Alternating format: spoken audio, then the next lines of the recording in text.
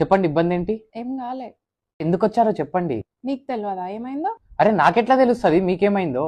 మరి నన్ను కూడా అడగక ఏమైంది. అరే మేడం, నేను నీ బాయ్ ఫ్రెండ్ నాకెట్లా తెలుస్తుంది నీ బాధ? నువ్వు చెప్తేనే కదా నాకు అర్థమవుతుంది. అరువు, నువ్వు కూడా అరువు నా మీదనే. అందరు నా మీదనే అరుస్తారు.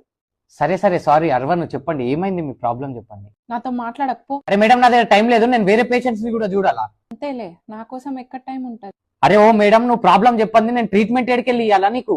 ప్రాబ్లమ్స్ అన్ని నాకే ఉన్నాయిలే. అరే ప్రాబ్లం ఏంటి? నేనే పెద్ద ప్రాబ్లం. అదైతే కనిపిస్తుంది. ఏమన్నావు? ఏం లేదు. ఏదో ఒక రోజు చనిపోతాలే, ఆ రోజు నా వాల్యూ తెలుస్తుంది. అరే ఓ, ఏమన్నా పాగాలు ఉన్నావా ఏంది? నీకు అంత ప్రాబ్లం అవుతుందంటే ట్రీట్మెంట్ చేయకు, వదిలే నన్ను. అరే మేడం, నేను డాక్టర్ని, పేషెంట్స్ ఇట్లా వదిలేలేను. నాకు చెప్పాలని లేదు. నీకెందుకు చెప్పాలని లేదు? ఎందుకంటే నువ్వు వేరే పేషెంట్స్ ని కూడా చూస్తావు. డాక్టర్ని నేను చూడకుంటే ఇంకెవరు చూస్తారు వాళ్ళని? చూసావా చూసావా, మళ్ళీ అరుస్తున్నావు. అరే సరే సరే, ఇంకే పేషెంట్ ని చూడ నేను. పక్కానా? పక్కా. నా మీదొట్టి? నీ మీద ఒట్టు. సరే. సరే ఇప్పుడు చెప్పండి, మీ ప్రాబ్లం ఏంటి? ప్రాబ్లం ఏం లేదు. అరే మరి ఇక్కడికి ఎందుకు వచ్చినావు? వెళ్ళు, ఇంటికి వెళ్ళు. నీకు అసలు నా మీద ప్రేమనే లేదు. ఇంకోసారి అడగచ్చు కదా ఏమైంది అని.